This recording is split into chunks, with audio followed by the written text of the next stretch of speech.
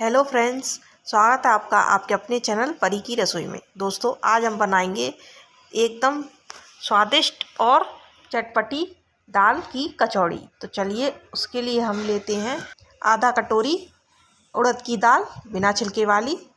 तो सबसे पहले हम अपनी दाल को एक मिक्सी जार में डाल लेंगे और उसे हल्का सा क्रश कर लेंगे।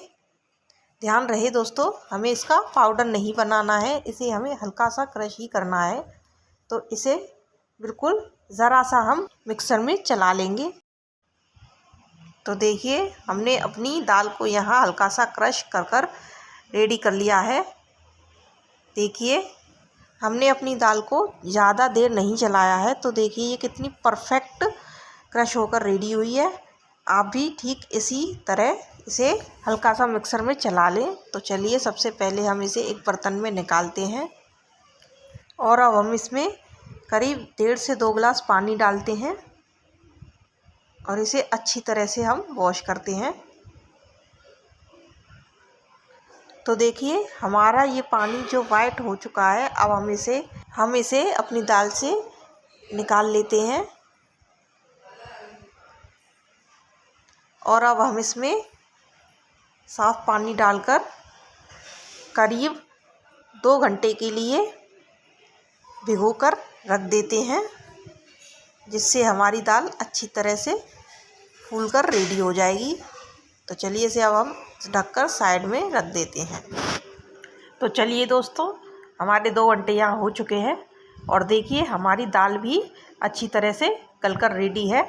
देखिए, ये कितनी अच्छी तरह फूलकर रेडी हुई है। अब हम इसमें थोड़ा सा पानी और डालकर इसे मिक्स करेंगे और एक छलनी में हम अपनी दाल को निकाल लेंगे, जिससे सारा एक्स्ट्रा पानी हमारी दाल से निकल जाए। तो चलिए, हमने अपनी दाल को छलनी में निकाल लिया है और अब हम इसे 5 मिनट तक इसी तरह छोड़ देंगे, जिससे सारा पानी निकल जाए। तो चलिए, तब तक हम एक कढ़ाई में 2 चम्मच ऑयल डालकर गर्म होने के लिए रख देते हैं। तो देखिए फ्रेंड्स, हमारा ऑयल यहाँ गर्म हो चुका है। अब हम इसमें थोड़ा सा जीरा डाल देंगे, लगभग आधा चम्मच, और इसे अब हम हल्का सुनहरा भुनने देते हैं। कचौड़ी की स्टफिंग बनाने के लिए फ्रेंड्स, मैंने यहाँ पर 2 प्याज, 4 हरी मिर्च और थोड़ा सा हरा धनिया चॉप कर रेडी कर लिया है। जीरा भुनने पर हम प्याज और हरी मिर्च को ऑयल में डाल देंगे और अब हम इन्हें हल्का सुनहरा होने तक अच्छी तरह से फ्राई करेंगे। दोस्तों, आपसे रिक्वेस्ट है कि अगर आपने मेरे चैनल को अब तक सब्सक्राइब ना किया हो तो प्लीज़ मेरे चैनल को सब्सक्राइब करें, मेरी वीडियो को लाइक करें और ये रेसिपी आपको कैसी लगी आप मुझे कमेंट में बताना ना भूलें। तो चलिए, हमारी प्याज और हरी मिर्च यहाँ पर अच्छी तरह से फ्राई हो चुकी है। अब हम इसमें डालते हैं हमारी दाल, जो कि हमने छलनी में रखी हुई थी, और देखिए, इसका सारा एक्स्ट्रा पानी भी निकल गया है। अब हम इसे अच्छी तरह से मिक्स कर देते हैं, जिससे कि हमारी अनियन और मिर्च हमारी दाल में अच्छी तरह से मिक्स हो जाए। तो चलिए फ्रेंड्स, अब हम इसे अच्छी तरह से मिक्स करने के बाद इसमें अपने मसाले डालते हैं। तो चलिए, सबसे पहले हम डालते हैं आधा चम्मच नमक। दोस्तों, आप नमक अपने स्वाद के अनुसार कम या ज़्यादा भी कर सकते हैं। अब हम डालते हैं आधा चम्मच लाल मिर्च पाउडर और साथ ही हम डालेंगे आधा चम्मच ही हल्दी पाउडर और साथ ही हम डालेंगे 1/4 चम्मच गरम मसाला। अब हम अपने सभी मसालों को अच्छी तरह से मिक्स कर लेंगे। तो चलिए, हमारे सभी मसाले हमारी दाल में अच्छी तरह से मिक्स हो चुके हैं। अब हम इस पे डालते हैं चॉप हरा धनिया और इसे भी हम अच्छी तरह से अपने मिश्रण में मिक्स कर देते हैं। तो देखिए फ्रेंड्स, हमारा मिश्रण बिल्कुल रेडी है। अब हम गैस फ्लेम ऑफ कर देंगे और अपने मिश्रण को एक बर्तन में निकाल लेंगे। तो देखिए दोस्तों, हमारा मिश्रण बिल्कुल रेडी है।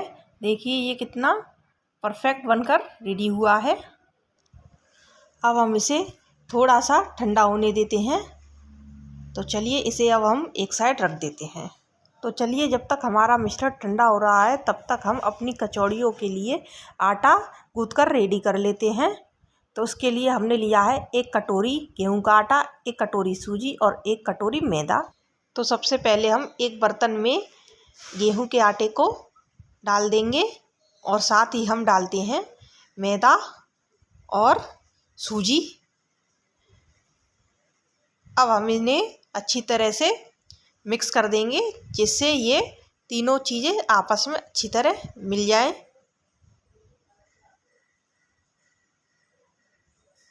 तो चलिए ये अच्छी तरह मिक्स हो चुके हैं।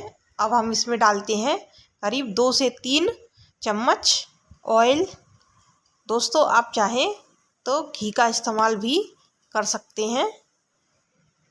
तो देखिए हम अपने ऑयल को आटे में डाल देते हैं और अब डालेंगे हम करीब आधा चम्मच अजवाइन। अजवाइन से दोस्तों हमारी कचौड़ियों का स्वाद बहुत ही ज़्यादा बढ़ जाएगा और एक अलग ही फ्लेवर हमारी कचौड़ियों में ऐड हो जाएगा। तो चलिए अब हम डालते हैं 1 चम्मच नमक और साथ ही हम डालेंगे करीब 1 चम्मच ही कसूरी मेथी। तो चलिए अब हम अपने सारे इंग्रेडिएंट्स को अपने आटे में अच्छी तरह से मिक्स कर देते हैं। तो देखिए फ्रेंड्स हमारे सारे इंग्रेडिएंट्स हमारे आटे में अच्छी तरह मिक्स हो चुके हैं। अब हम इसका डो लगाकर रेडी कर लेते हैं। तो चलिए थोड़ा सा पानी का इस्तेमाल करते हुए हम इसे अच्छी तरह से हाथों से मसलते हुए इसका सेमी सॉफ्ट डो लगा लेंगे। फ्रेंड्स हमें ये ध्यान रखना है कि आटा बिल्कुल भी टाइट ना लगे वरना हमारी कचौड़ियाँ अच्छी तरह से बनकर रेडी नहीं होंगी। तो जैसी ज़रूरत हो आप उसी हिसाब से पानी का इस्तेमाल करें और अच्छी तरह से ऐसे हाथ से मसलते हुए इसका एक सॉफ्ट डो हम लगाकर रेडी कर लेंगे। तो देखिए फ्रेंड्स हमारा आटा यहाँ लगकर रेडी है। अब हम इसके ऊपर से थोड़ा सा ऑयल लगाकर करीब 10 से 15 मिनट के लिए ढककर रख देंगे जिससे अच्छी तरह ये सेट हो जाए। तो देखिए दोस्तों हमारी 15 मिनट यहाँ हो चुकी हैं और हमारा आटा भी देखिए यहाँ पर अच्छी तरह से सेट हो चुका है। अब हम इसे थोड़ा सा हाथों से मसल लेते हैं। तो देखिए हमारा आटा कितना सॉफ्ट लगकर रेडी हुआ है। तो चलिए फ्रेंड्स अब हम गैस फ्लेम ऑन करके उस पर एक कढ़ाई रखते हैं और उस पर हम अब अपनी कचौड़ियाँ तलने के लिए थोड़ा सा ऑयल डाल देते हैं और अब हम इसे गर्म होने देते हैं। तो चलिए अब हम अपनी कचौड़ियाँ बनाना शुरू करते हैं। तो सबसे पहले हम आटे में से छोटी छोटी लोइयाँ बनाकर रेडी कर लेते हैं। तो चलिए अब हम इनकी पूड़ियाँ बेल लेते हैं। फ्रेंड्स हमें बहुत ज़्यादा बड़ी पूड़ियाँ नहीं बेलनी है, हमें एकदम मीडियम साइज़ की पूड़ियाँ ही बेलकर रेडी करनी है। तो देखिए फ्रेंड्स पूड़ी हमने बेल ली है। अब हम इसमें हमारा दाल का मिश्रण भर देते हैं। फ्रेंड्स हम कचौड़ी को भरने के लिए 1 से 1.5 चम्मच मिश्रण का ही इस्तेमाल करेंगे।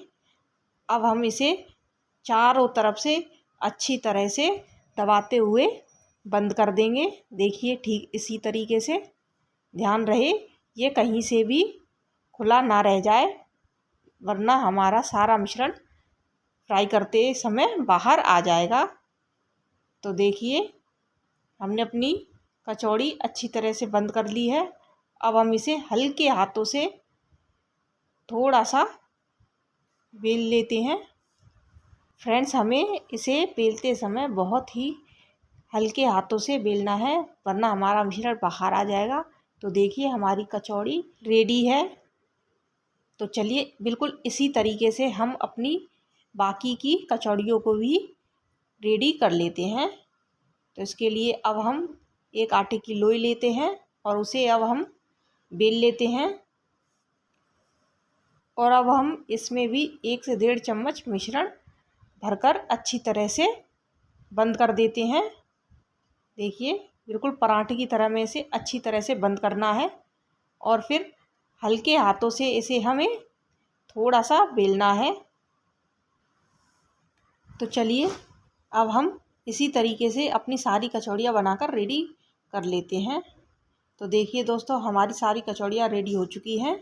अब बारी है अपनी कचौड़ियों को फ्राई करने की। तो देखिए हमारा ऑयल भी बिल्कुल गर्म हो चुका है। अब हम इसमें अपनी कचौड़ियों को फ्राई होने के लिए डाल देते हैं। तो देखिए मैंने यहाँ पर एक साथ 3 कचौड़ियाँ फ्राई होने के लिए डाल दी हैं। अब हम गैस फ्लेम बिल्कुल स्लो कर देंगे और इन्हें बिल्कुल स्लो गैस फ्लेम पर धीरे धीरे फ्राई होने देते हैं। तो चलिए अब हम इन्हें पलट देते हैं और अब हम इन्हें दूसरी साइड से भी फ्राई होने देते हैं। फ्रेंड्स, हम कचौड़ियों को जब बिल्कुल धीमी आंच पर फ्राई करते हैं तो हमारी कचौड़ियाँ एकदम खस्ता बनकर रेडी होती हैं। तो देखिए फ्रेंड्स, हमारी कचौड़ियाँ बिल्कुल अच्छी तरह से फ्राई होकर रेडी हो गई हैं। ये देखिए ये कितनी क्रिस्पी और गोल्डन फ्राई हुई हैं। चलिए अब हम इन्हें निकाल लेते हैं और इसी तरीके से हम अपनी बाकी की कचौड़ियों को भी फ्राई कर रेडी कर लेते हैं। तो देखिए हमारी कचौड़ियाँ फ्राई हो चुकी है। अब हम इन्हें भी एक बर्तन में निकाल लेते हैं। तो देखिए दोस्तों, हमारी टेस्टी दाल की कचौड़ी बनकर रेडी हो चुकी हैं। देखिए ये बिल्कुल खस्ता बनकर तैयार हुई हैं। आप इसे आलू की सब्ज़ी, केचप या चटनी के साथ सर्व कर सकते हैं। ये बेहद ही टेस्टी लगती हैं। आप इसे एक बार ज़रूर ट्राई करें, ये सभी को बहुत पसंद आएंगी। तब तक के लिए बाय बाय।